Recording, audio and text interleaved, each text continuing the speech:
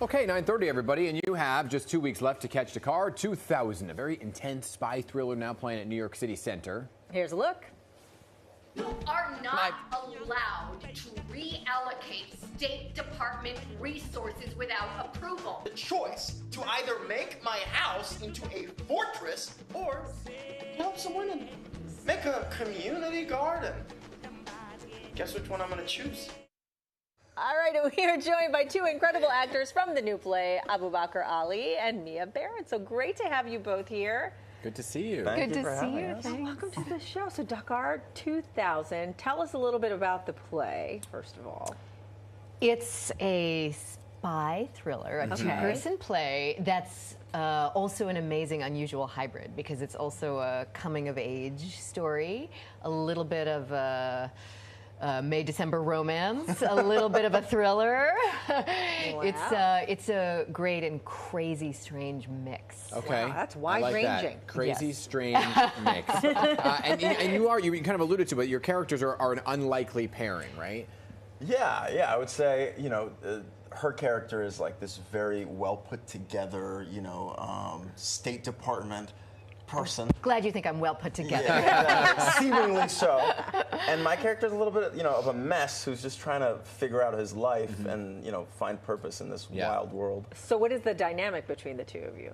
Well, he's an idealistic young Peace Corps volunteer, and I'm a more possibly hard-edged State Department operative who might possibly, I cannot say, be involved in some covert activities.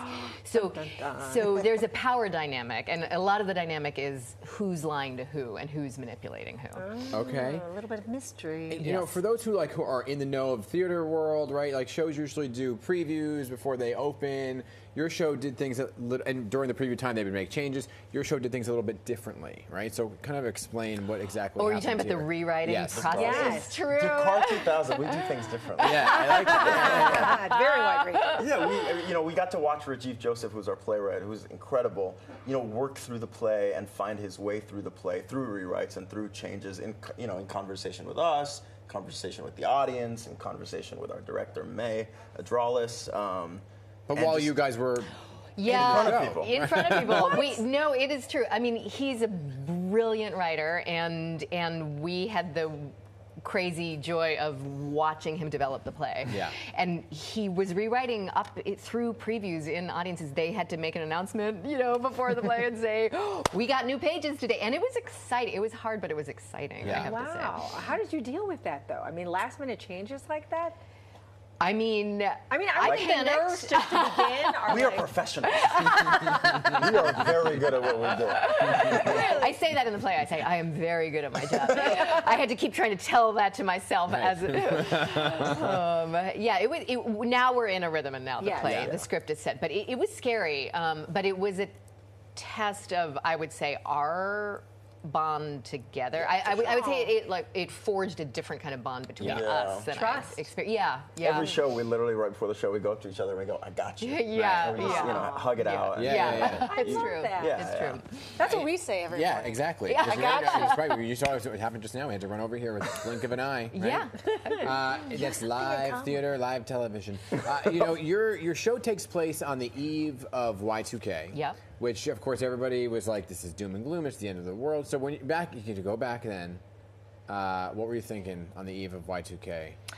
I mean, How old were you? I was going to say, was he more? I just moved to this country right around that. So for me, I was just kind of like trying to figure out where I was in space. I didn't really, I didn't know that there was that people thought the world would end. But, I thought my world was ending because, it was in a brand new place, a brand new country, just trying to figure out who I was and where I was. Yeah. Did you buy into it? I think now that as I get older, I get more nervous about things. But I think at that time, I sort of was just thrilled at the giant shift. I don't think I took it in as a real possibility. Right. Yeah. But now for research for the play, we looked at a lot of old articles about, is the world going to end? And it struck me how serious a concern that was. Yeah. And then, nothing happened. Nothing happened. We're all good. I don't know if you know this, but you two have a lot in common. Really? What is that? Law and Order. Law and Order. Did you do Law and Order? I did. Okay. Okay. We are brethren. There we go. Yes, Yeah, you I are. know. Did I you know. play yourself? Yes. Amazing. That's when you know you've succeeded. And I still, in a few episodes, it was great. No big deal. But a lot of drama, right? A lot of drama. You get it. A lot of drama. Yes, that's his life every day. The rewrites, they come in real time. Yeah. I got you. Every time I was in Law and Order, I saw you. I was saying, I got you. But talk about both your career paths, because you have done a lot of TV, but theater is kind of what you come back to. Because what is it about the theater?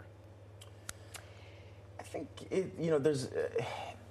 there's a level of once the show is open. It's nice for it to just be the actors. I think with TV and film, it's so much, it's a director's medium. It's so much more a writer's medium. There's so many things that are out of your control as an actor. And with us, once the script is locked and we're up there, it's just, it's us, and we get to just be present with each other and play. And what the audience sees is what it is. They're not going to edit around it. They're not going to, adjust it. It's just, it is what it is. Yeah.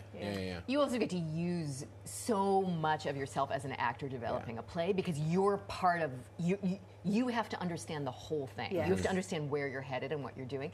And so intellectually, emotionally, energetically, it's a total commitment, which I love. Whereas when you're on camera, you're a piece of something and someone else shapes it. Yes.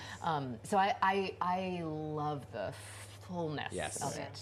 You're a live editor. Yeah. Good stuff. Right. Great to have both of you here. Thank you. Yeah, Thanks for having us. Thank you. And make sure you see the show. Yeah, Dakar 2000 continues at New York City Center 3, March 23rd. So hurry up, go Any get it. extension? You going to extend?